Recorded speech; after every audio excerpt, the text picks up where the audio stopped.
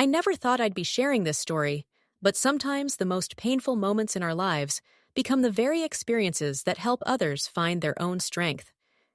If you're listening to this while doing your evening routine, settling in after putting the kids to bed, or maybe during your commute home from work, I want you to know that this story might hit close to home. It's about family, about the invisible wounds we carry, and ultimately, about finding the courage to stand up for ourselves even when it feels like the whole world is against us. My name is Sarah, and I grew up in what looked like a perfect suburban family in Connecticut. You know the type: the white picket fence, the manicured lawn, the family photos where everyone's smiling. But behind those smiles was a truth that took me 18 years to fully understand. Some children grow up knowing they're loved, knowing they matter. I grew up knowing I was somehow different, somehow less than my siblings, though I could never quite put my finger on why. The earliest memory I have of feeling invisible was my 5th birthday. I remember waking up that morning with that special feeling only a child knows, that today was going to be magical because it was my day. I rushed downstairs in my favorite unicorn pajamas, expecting to see decorations, maybe smell pancakes cooking. Instead, I found my mother frantically packing a dance bag for my older sister Emma. "We can't be late for Emma's recital," she said without looking at me. "Maybe we'll do something for your birthday next weekend." Next weekend never came. It's funny how those 3 words, maybe next year, became the soundtrack of my childhood. Every birthday, every achievement, every moment that should have been mine was pushed aside for something more important. Emma's dance recitals, my younger brother Michael's hockey games, their awards ceremonies, their celebrations. There was always something more pressing than celebrating me. I remember watching other kids at school talk about their birthday parties. The excitement in their voices as they described the themes their parents had chosen, the games they'd play, the cake they'd have. I learned to stay quiet during those conversations, learned to smile and nod, as if I understood what it felt like to have your family gather around you and sing. By the time I was 12, I had stopped mentioning my birthday altogether. It hurt less to pretend it didn't matter than to hope for something that would never come. But let me back up and paint a fuller picture of what life was like in the Morrison household. From the outside, we had everything. My father worked as a senior manager at an insurance company. My mother was a part-time real estate agent who spent most of her time managing what she called our family's image. We lived in a beautiful colonial home in one of those neighborhoods where people competed over who had the greenest lawn and the most elaborate holiday decorations. Emma, my older sister by 3 years, was the golden child from day one. She had my mother's delicate features and natural grace, gliding through life as if she were perpetually on stage. Everything about Emma was curated, from her perfectly highlighted hair to her color-coordinated workout sets. She did competitive dance from age 4, and our house revolved around her schedule. Competition weekends, extra rehearsals, costume fittings, private lessons with instructors who charged more per hour than most people made in a day. Michael, 5 years younger than me, was the baby who could do no wrong. While Emma was Mom's project, Michael was Dad's pride and joy. Hockey was his thing, and Dad never missed a game. They'd spend hours in the driveway practicing slap shots, and weekends were devoted to traveling tournaments. The basement was converted into a training room just for him, complete with synthetic ice so he could practice year-round. And then there was me, Sarah, the middle child who somehow got lost in the shuffle. I wasn't graceful like Emma or athletic like Michael. I was quiet, bookish, the kind of kid who would rather curl up with a novel than perform on stage or chase a puck. Maybe that's why it was so easy for them to overlook me. I didn't demand attention the way my siblings did, but it went deeper than just different interests. There was a systematic erasure of my presence in our family that I didn't fully grasp until much later. It started small. Emma would get new clothes for school while I wore her hand-me-downs, even when they were worn or didn't fit properly. Not because we couldn't afford new clothes. Emma's dance costumes alone cost thousands of dollars. It was just that my needs were never a priority. I remember one particularly painful incident when I was 14. I had made the honor roll for the 8th time in a row, and the school was having an awards ceremony. I told my parents about it weeks in advance, reminded them several times. The morning of the ceremony, I came downstairs dressed in my best outfit, a dress I'd bought with birthday money from my grandmother. My mother looked at me blankly. "Oh, honey," she said, "we have Emma's dance team photos today. You understand, don't you? These photos are for nationals." I sat in that auditorium alone, watching other kids wave to their parents in the audience while I pretended to search for mine. My English teacher, Ms. Chen, must have noticed because she sat next to me afterward and said, "Your parents must be so proud. They just couldn't make it today." I nodded and smiled, the lie easier than explaining that a photo shoot was more important than my achievements. The financial disparity was perhaps the most obvious sign, though I tried not to think about it too much. Emma's Sweet 16 was legendary in our town. My parents rented out the country club, hired a DJ and a live band, flew in Emma's favorite social media influencer to make an appearance. There were ice sculptures, a chocolate fountain, and Emma made 3 dress changes throughout the night. The party cost more than most people spent on weddings, and my mother documented every moment for her Facebook page. When my 16th birthday approached, I allowed myself to hope. Maybe not anything as elaborate as Emma's party, but something. A small gathering, maybe dinner at a nice restaurant. Instead, I woke up to an empty house. My family had left early for Michael's hockey tournament 2 states away. There was a note on the kitchen counter that said "Happy Birthday" with a $20 bill underneath it. I spent the day alone, ordered Chinese takeout with the $20, and watched Netflix by myself. They came home late Sunday night, exhausted from the tournament, and no one mentioned missing my birthday. The isolation wasn't just about missed celebrations. It was woven into the fabric of daily life. Family dinners were spent discussing Emma's latest dance drama or strategizing Michael's path to a hockey scholarship. When I tried to share something about my day, my debate team victory, the short story I'd had published in the school literary magazine, the scholarship I'd won for a summer writing program, I was met with distracted nods and quick changes of subject. I learned to make myself smaller, quieter, less needy. I got a job at a local bookstore when I turned 16, partly for the money, but mostly for the escape. The owner, Mrs. Patterson, was a kind woman in her 60s, who actually seemed interested when I talked about the books I was reading. She'd save advance copies of novels she thought I'd like, and we'd discuss them over tea during slow afternoons. For a few hours each day, I felt seen. School became another refuge. My teachers noticed me in ways my family didn't. Ms. Chen, who'd sat with me at that awards ceremony, became a mentor. She encouraged my writing, pushed me to enter contests, wrote recommendation letters that helped me win scholarships my parents didn't even know I'd applied for. Mr. Rodriguez, my history teacher, let me eat lunch in his classroom when the cafeteria felt too lonely. They saw potential in me that my own family overlooked. The summer before my senior year, something shifted. I'd been accepted into a prestigious writing workshop at a university 3 hours away. It was fully funded thanks to a scholarship I'd won, so I didn't need to ask my parents for money. When I told them about it, my mother's response was, "But that's the same week as Emma's dance intensive. We'll need you to help with Michael." That was the moment I realized it wasn't just benign neglect.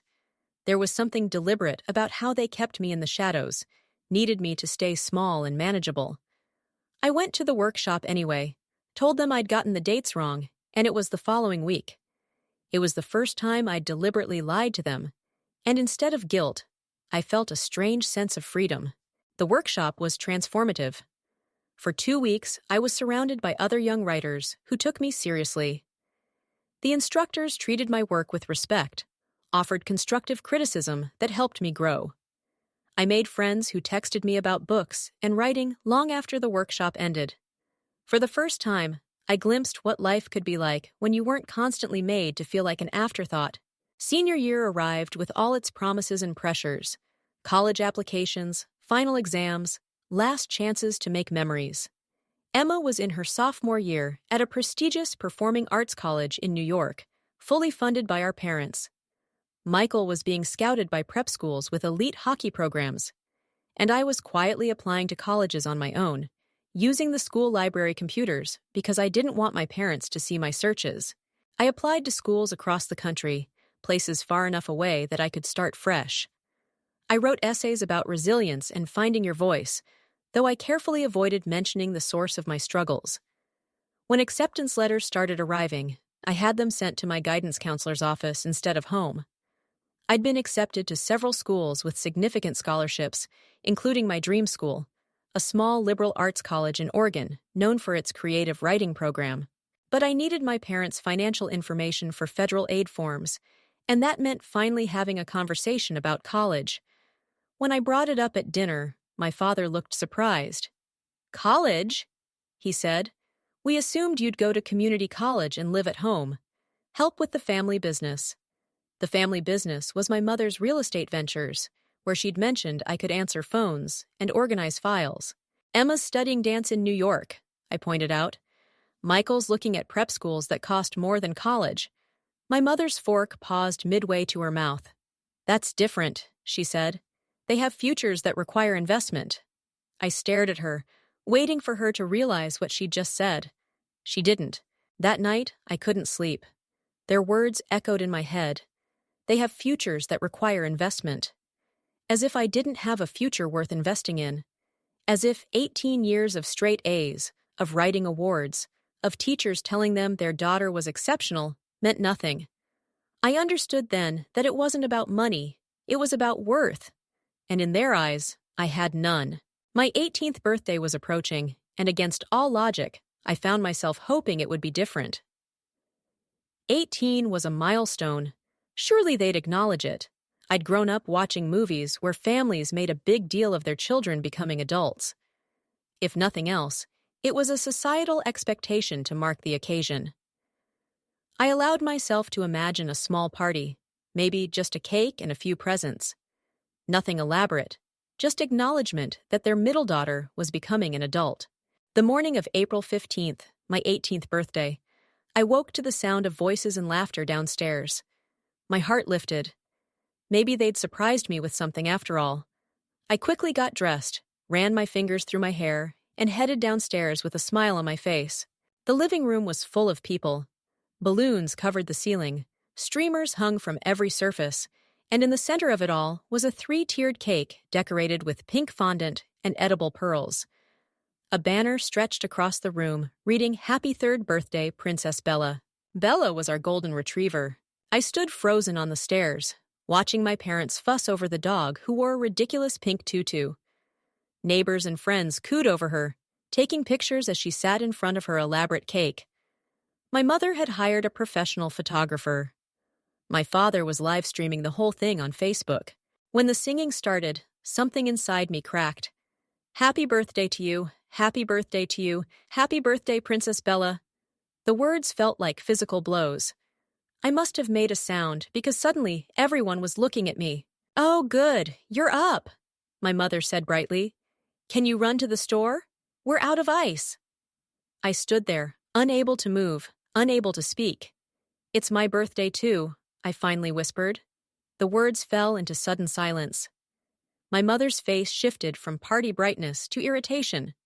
"Are you seriously trying to make this about you?" she said. "It's Bella's special day. Don't be so selfish." Selfish.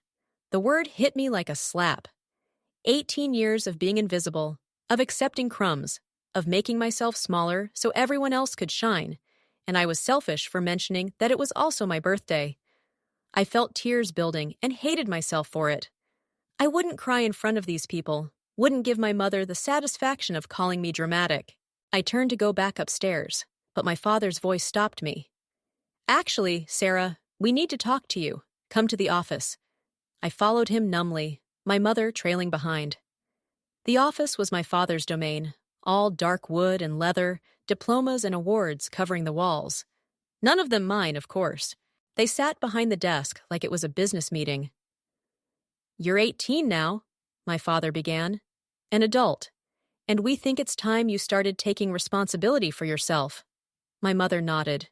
"We've carried you for long enough. It's time you made your own way." I stared at them, not understanding. What do you mean? My mother sighed, as if I were being deliberately obtuse. You need to find somewhere else to live, Sarah. We're converting your room into a proper guest suite. Emma needs somewhere nice to stay when she visits. The words didn't make sense. You're kicking me out? On my birthday? Let's not be dramatic, my father said. We're giving you the opportunity to be independent. Isn't that what you want? All that writing, all those colleges you've been secretly applying to. You clearly don't want to be part of this family. Secretly applying? I wasn't hiding anything. I told you about my acceptances. Well, you won't need our help with that anymore, my mother said. You're an adult now. Figure it out yourself. I felt like I was drowning. Where am I supposed to go? How am I supposed to? That's not our problem anymore, my father interrupted.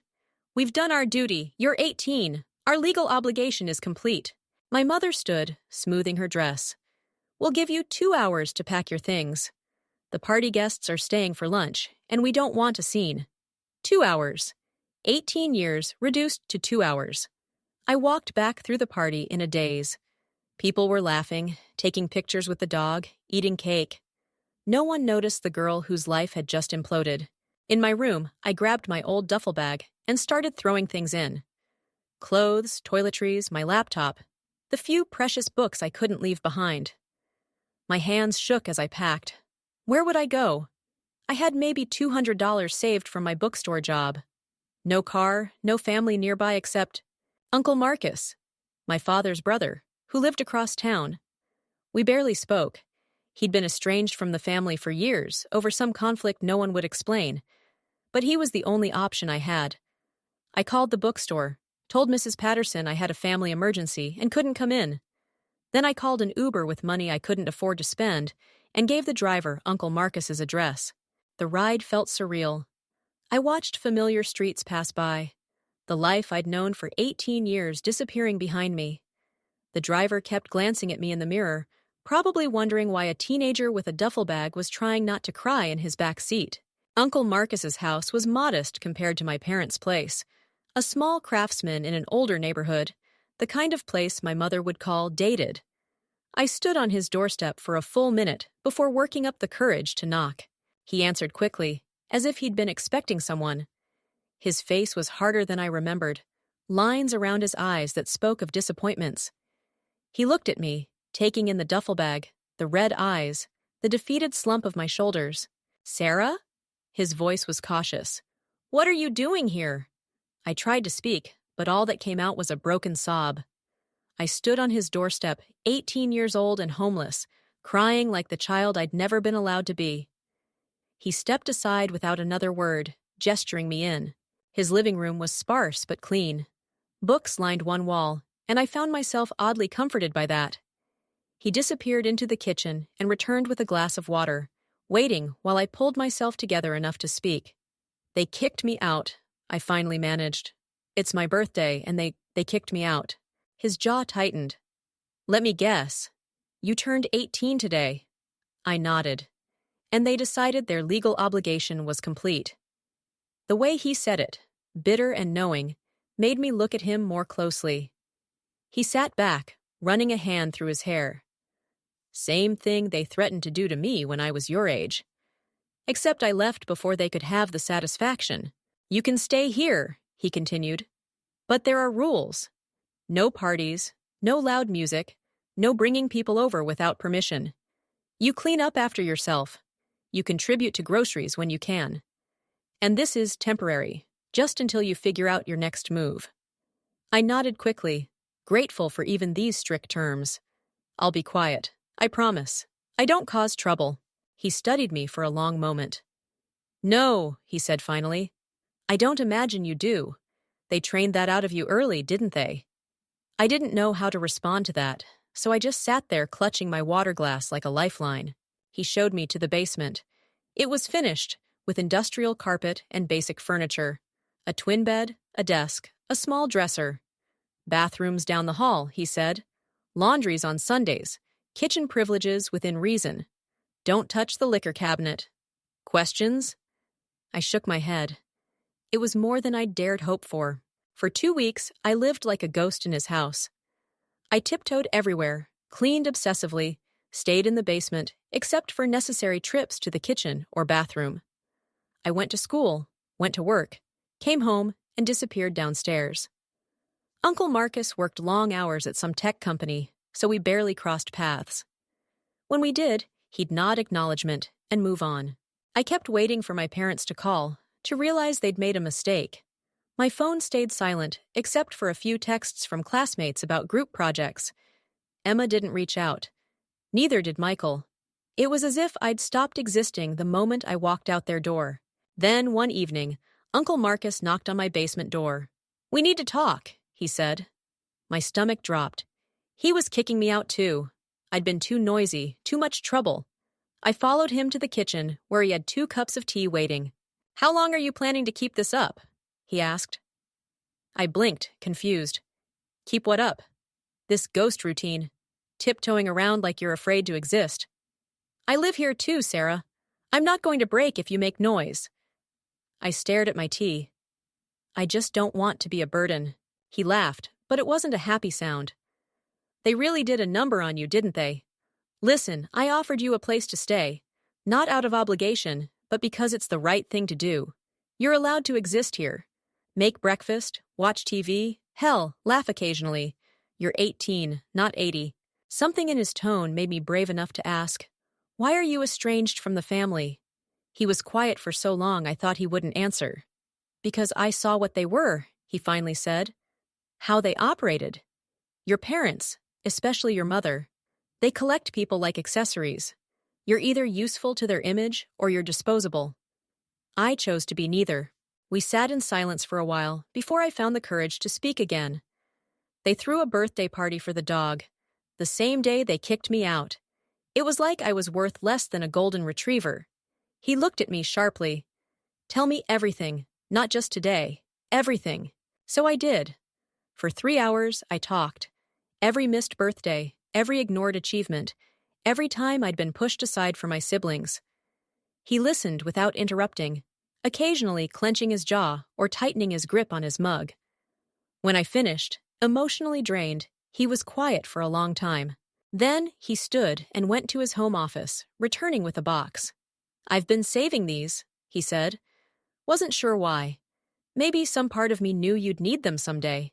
Inside were birthday cards, 18 of them, all addressed to me, never sent. Each one contained a $50 bill. "Your mother told the family you didn't celebrate birthdays," he explained.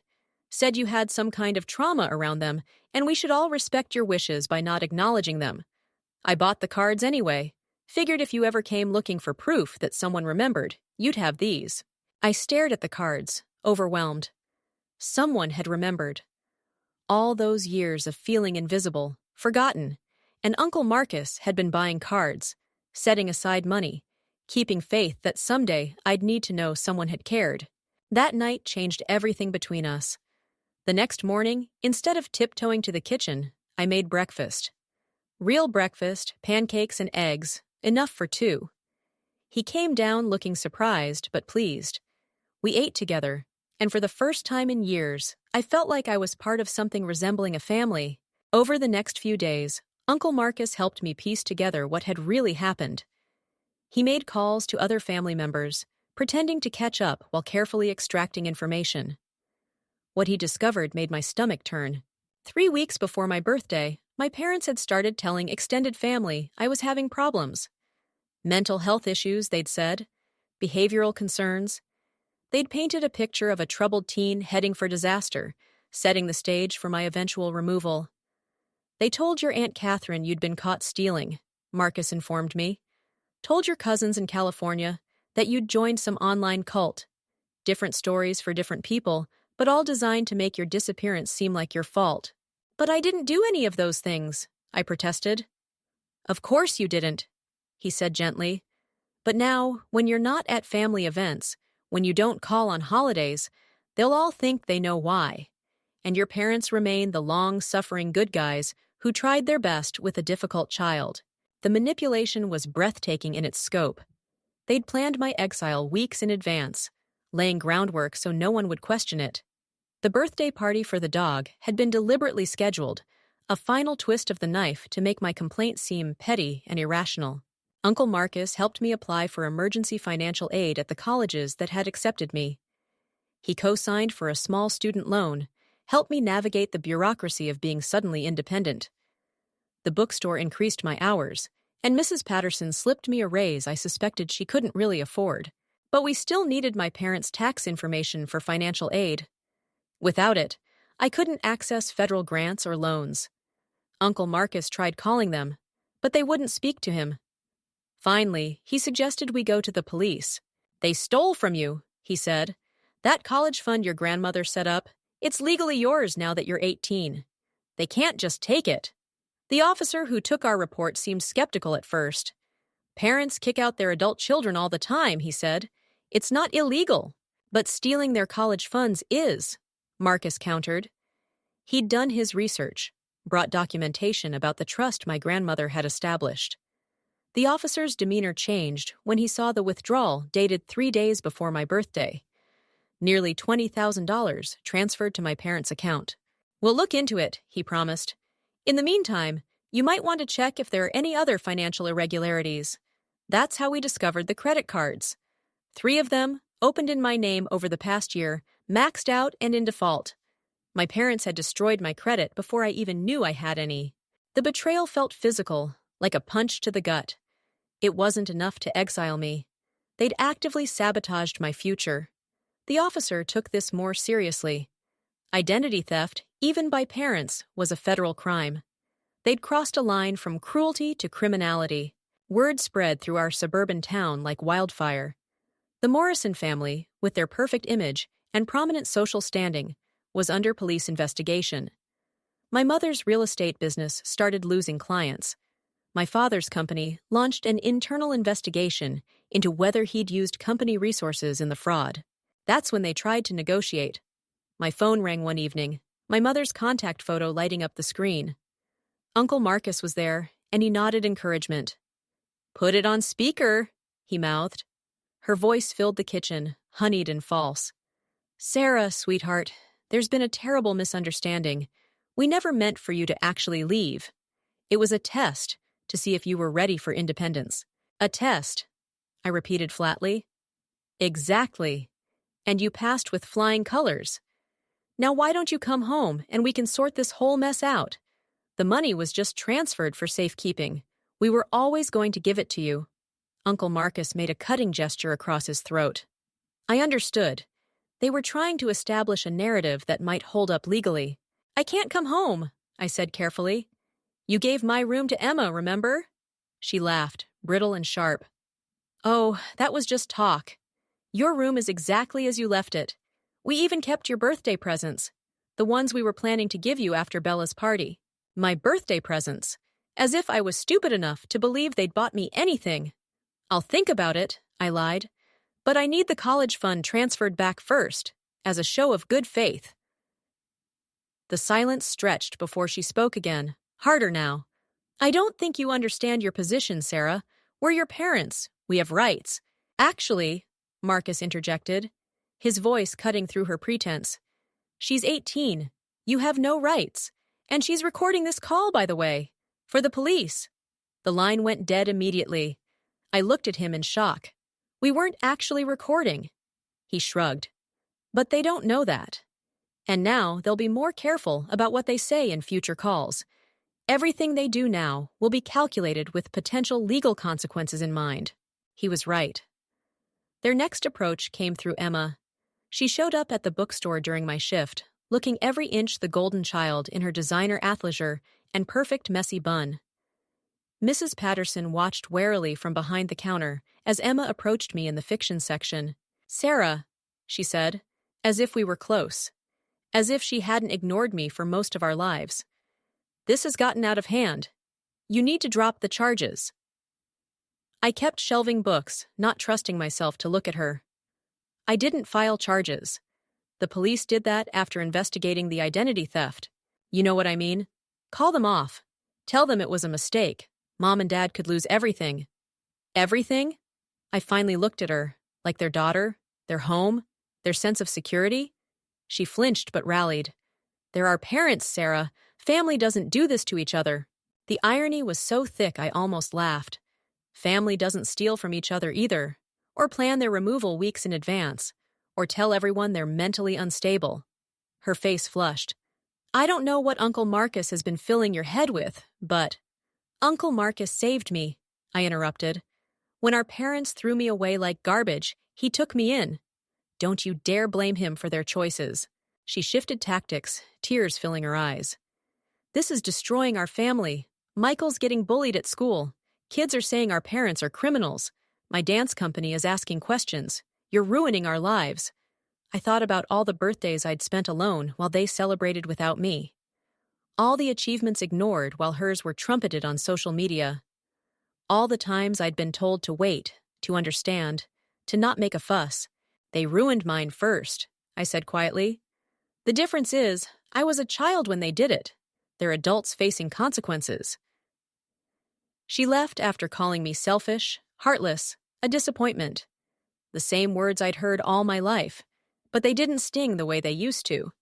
Uncle Marcus was teaching me that sometimes being called selfish is just what happens when you stop letting people exploit you.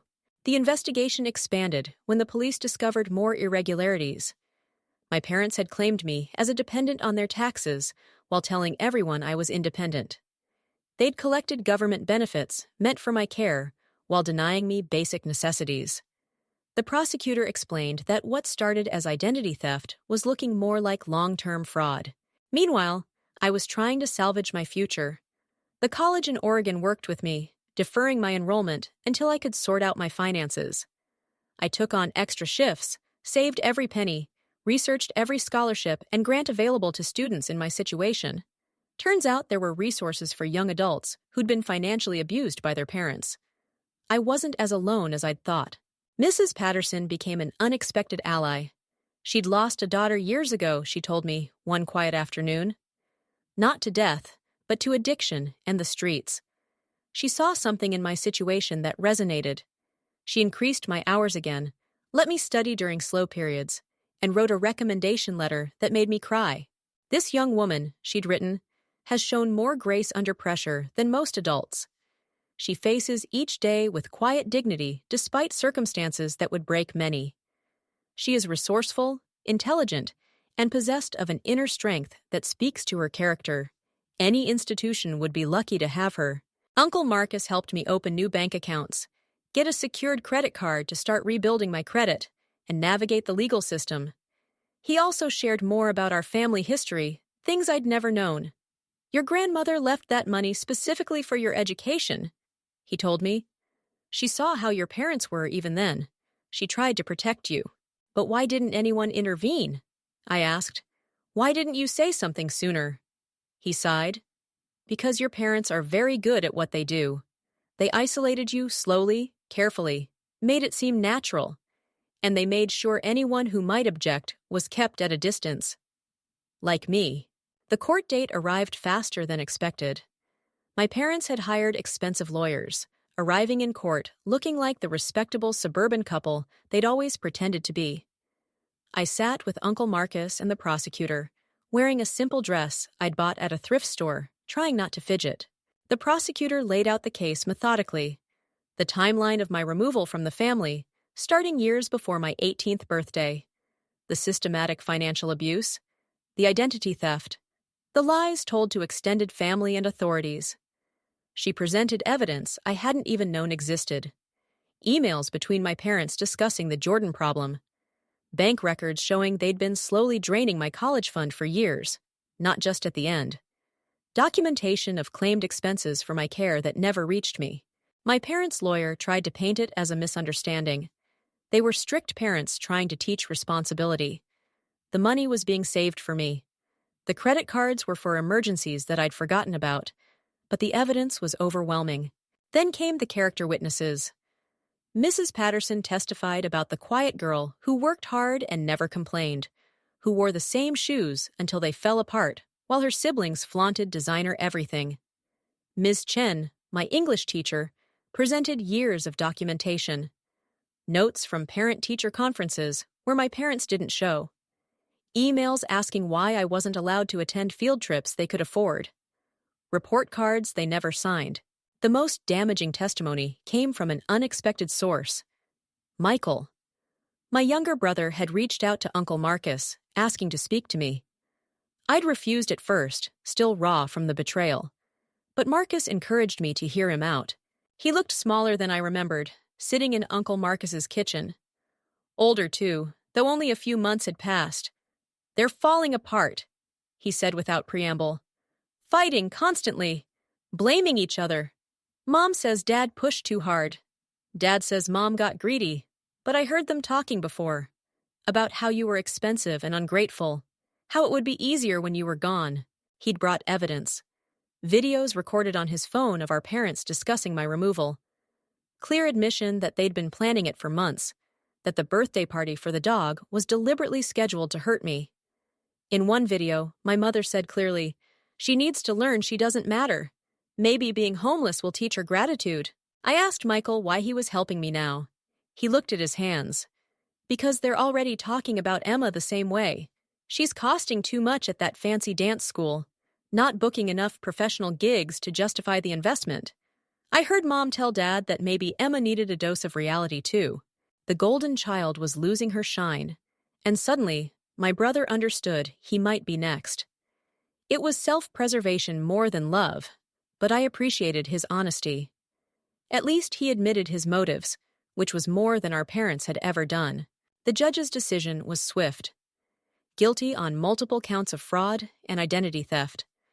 My parents were ordered to pay full restitution plus damages.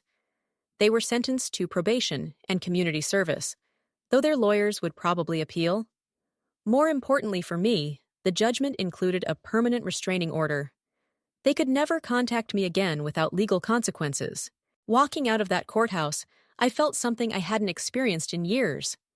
Freedom, not just from their home, but from the weight of trying to earn love that was never available. Uncle Marcus put his hand on my shoulder as we walked to his car. "You okay?" he asked. I thought about it. "I will be," I said, and meant it. The aftermath was messier than the trial. Our extended family divided into camps. Some believed my parents' version that I was a troubled child who'd manipulated the system. Others saw the evidence and were horrified they'd been deceived for so long. My grandmother called from Ireland, heartbroken that her attempts to protect me had failed, but proud that I'd protected myself. Emma tried reaching out a few times, leaving voicemails that swung between accusation and pleading. I didn't respond. She'd made her choice every time she'd stood silent while I was diminished. Michael and I developed a strange, cautious communication. He was still living at home, navigating parents who'd turned their disappointment and rage on their remaining children. I gave him Uncle Marcus's number, told him he had options when he turned 18. The money from the lawsuit and the returned college funds meant I could attend the school in Oregon. I deferred one more semester to get my life in order, but by January, I was ready. Mrs. Patterson threw me a going-away party at the bookstore. Regular customers came, bringing cards and small gifts. It was the first birthday party I'd ever had, even though it wasn't my birthday. I cried through most of it. Uncle Marcus drove me to Oregon, my entire life fitting in his modest sedan. We talked through the long miles about family and forgiveness, about breaking cycles and building new lives. He'd never had children, he told me, but helping me heal had healed something in him too. "You're going to do amazing things," he said as we unloaded my belongings into my dorm room. "Not because of what happened to you, but because of who you are despite it." I hugged him goodbye. This man who'd shown me more genuine care in a few months than my parents had in 18 years. College was everything I dreamed and more. For the first time, I was surrounded by people who valued what I valued. My writing flourished. I made friends who invited me to their celebrations and actually wanted me there. I went to therapy, working through the deep wounds of systematic emotional neglect. My therapist helped me understand that my parents' treatment wasn't about my worth, but about their own limitations. I learned about narcissistic family dynamics, about scapegoating and golden children, about how some parents see their children not as individuals, but as extensions of themselves or tools for their own gratification. It helped to have names for what had happened to me, frameworks for understanding the incomprehensible. My first birthday at college, my dorm mates threw me a surprise party. Nothing elaborate, just a cake from the local grocery store and handmade decorations. But when they sang happy birthday, they meant it. I was turning 19, and for the first time in my memory, I felt celebrated. The years passed. I graduated with honors, started graduate school, published my first collection of essays about family trauma and resilience. The book was dedicated to all the invisible children, the ones who grow up knowing they don't quite belong in their own homes. It resonated with more people than I'd imagined. I received letters from readers who'd lived similar experiences, who'd been erased by the very people meant to protect them. I learned from Uncle Marcus that my parents had divorced. The pressure of the trial, the financial consequences, and the social fallout had shattered their carefully constructed image. Emma had dropped out of dance school, unable to afford it without our parents' support. She was working as a receptionist, posting bitter messages on social media about how I'd destroyed her dreams. Michael had gotten a hockey scholarship to a state school, distancing himself from both parents as much as possible.